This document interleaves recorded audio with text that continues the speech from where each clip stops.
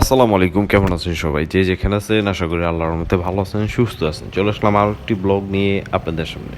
আজকের যে ব্লগটা সেটা হইতেছে রয়্যাল এনফিল্ড বাইক নিয়ে। অনেকেই দেখতেছি রয়্যাল এনফিল্ড বাইক নিয়ে সন্তুষ্টি, আবার অনেকেই অসন্তুষ্টি। কারণ হইতেছে যেহেতু বাংলাদেশে এটা মাত্র আসছে, তো এটার ভালো দিক খারাপ দিক আস্তে আস্তে বের হওয়ার সম্ভাবনা আছে।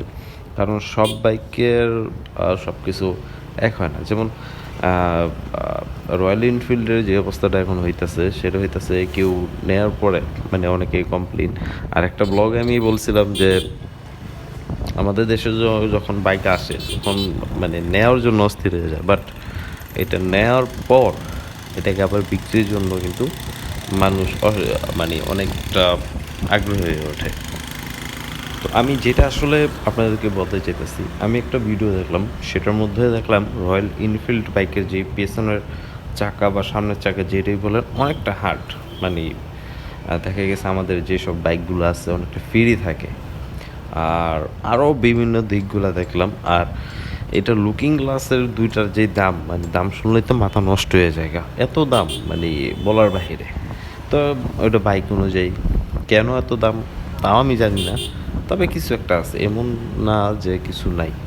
তো বাইক কিন্তু এই না যে বাংলাদেশে আসছে বা এমন হয়ে গেছে এই বাইক দিয়ে সব কিছু না। আমাদের দেশে আরও বিভিন্ন ধরনের বাইক আছে, আরও বাইক আসবো। রয়্যাল এনফিল্ড যেমন একটা খেলা দেখাইছে, আরও বাইকও খেলা দেখাইবে, এটাই। আর আপনারা যারা রয়্যাল এনফিল্ড নিতে চান, এই বাইকটা যেমন ফার্স্ট টাইমে যে দেখা গেছে কি একটু ভাইব্রেট করে, একটু না অনেকটা একটু ভাইব্রেট করে। তারপরে 500 কিলো পর্যন্ত একটা ব্রেকিং পিরিয়ড আছে, ওইটা মেনটেন করতে হয়। আরও বিভিন্ন দিক আছে। আমি আরেকটা জিনিস দেখলাম, সেটা হইতেছে মানে আশ্চর্য লাগলো। স্টার্ট, আপনি যখন বাইকটা স্টার্ট করবেন আপনার 30 সেকেন্ড ওয়েট করতে হবে, মানে মিনিমাম 30 সেকেন্ড ওয়েট করার পর তারপর আপনার থ্রোটল দিতে পারবেন, মানে পিক আপ দিতে পারবেন। তো এটা দেখে একটু আশ্চর্য লাগলো, কারণ হইতেছে আমি এরকম দেখি নাই। আমাদের যেসব বাইকগুলো আছে যেমন শীতের সময় যেমন আমরা স্টার্ট দিই, জাস্ট একটু ইঞ্জিনটা হিট করি, তারপরে আমরা রওনা দিয়ে ফেলি। কিন্তু গরমের দিনে তো আমাদেরটা অত কিছু করা লাগে না। কিন্তু এই বাইকের সব কিছুই আলাদা। এক হইতেছে লুকিং গ্লাসের দাম অনেক, পার্টসের দাম অনেক, তারপরে যে চালানো যে বিষয়গুলো আছে ওগুলোও কিন্তু অনেকটা বলা যায় অন্যরকম।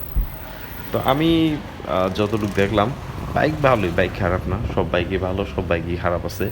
এখন বাংলাদেশে মাত্র আসছে, আসার পরে এখন দেখা যাক এটা কতটা পপুলার হইতে পারে। হয়েছে কিন্তু পপুলার যেন হয় না, হয়েছে। এখন এটার রাস্তাঘাটে চলবো, তারপর আরও ফিডব্যাক আমি দেখতে পারবো, আপনাদের কেটে নিয়ে জানাতে পারবো।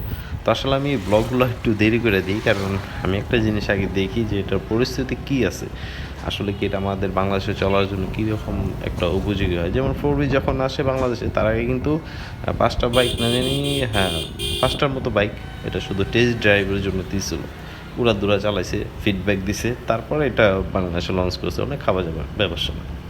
তো আসলে আপনারা এই দিকগুলো অবশ্যই খেয়াল রাখবেন। একটা বাইক কিন্তু মানে ফ্রিতে না, অনেক কষ্টে টাকা দিয়ে কিনেন। তো দেখে শুনে যেটা ভালো লাগে ওইটাই কিনবেন। আর বাইক সবই ভালো, সব সব বাইকেরই একটু একটু ফিডব্যাক থাকবে। ইনশাল্লাহ ভালো থাকবেন, সুস্থ থাকবেন, আমার জন্য দোয়া করবেন। বিদায় নিচ্ছি এখান থেকেই, দেখা হচ্ছে পরবর্তী যে কোনো ব্লগ নিয়ে আপনাদের সামনে। আল্লাহ হাফেজ।